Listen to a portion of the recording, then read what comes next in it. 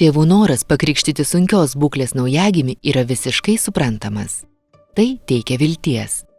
Krikštas ligoninėje ypač svarbus, jei gimęs vaikelis yra sunkios sveikatos būklės, silpnas. Yra keletas dalykų, kuriuos verta žinoti apie krikšto apeigas ligoninėje.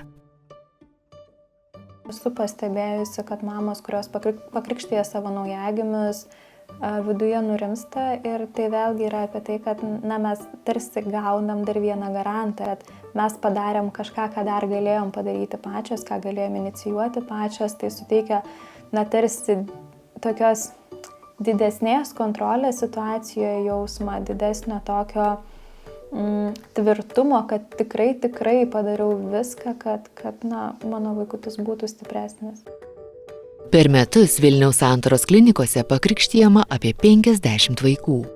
Kiekvienam pakrikštytam vaikeliui Santarų klinikose išduodamas krikšto pažymėjimas. Kadangi apeigos ligoninėje yra trumpos, tėvams kyla klausimų, ar to pakanka. Klausia tėveliai, ar krikštas čia įvyko, kai sakau, reikės papildyti apeigą, sako, tai reikės dar kartą pakrikštyti. Tikrai ne. Dar kartą krikštyti nereikia, krikštas vieną kartą tik tai teikiamas, jisai jau yra įvykęs, tik apeigos dar yra papildomos. Kai vaikelis sustiprėja, tada jau tėveliai krikšto tėvelius suranda, tada perka baltą rūbelį, žvakę ir kartu eina į savo parapiją. Esant itin sunkiai ir kritiniai sveikatos būkliai, tėvai vaikutį gali pakrikštyti patys. Mirties atveju yra sąlyga, kad, pavyzdžiui, nėra dvasininko šalia, bet koks žmogus gali pakrikštyti. Esminis dalykas – turėti širdyje intenciją. Tai darau bažnyčios intenciją, tai ką daro pati bažnyčia. Ir vandens, ir labai paprasta. Aš tave krikštiju. Pasako vardą, aš tave krikštiju vardan Dievo Tėvo ir Sūnaus ir Šventosios Dvasios. Tai va, ir 3 kartus užpilti vandens. Mirties pavojuje yra krikštijama trumposiomis apeigomis.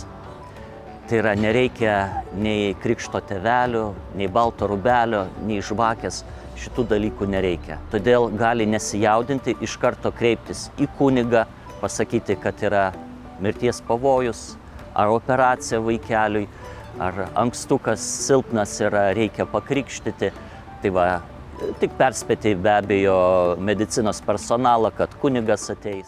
Ką reikėtų žinoti tėvams, jei nespėjama pakrikštyti, jei vaikelio gyvybė užgęsta anksčiau? Vis tiek meldžiame Dievo gailestingumo ir žinome, kad Dievas tikrai myli vaikus ir netgi jeigu nespėjo pakrikštyti, vis tiek meldžiamės ir mano netgi 100% įsitikinimu, Dievas tikrai ne vien tik per sakramentus veikia, jis įsteigia sakramentus, kurie mums yra svarbus, tačiau jis nėra susaistomas tais sakramentais. Dievo malonė veikia beribiai ir tie vaikeliai tikrai keliauja pas Dievą.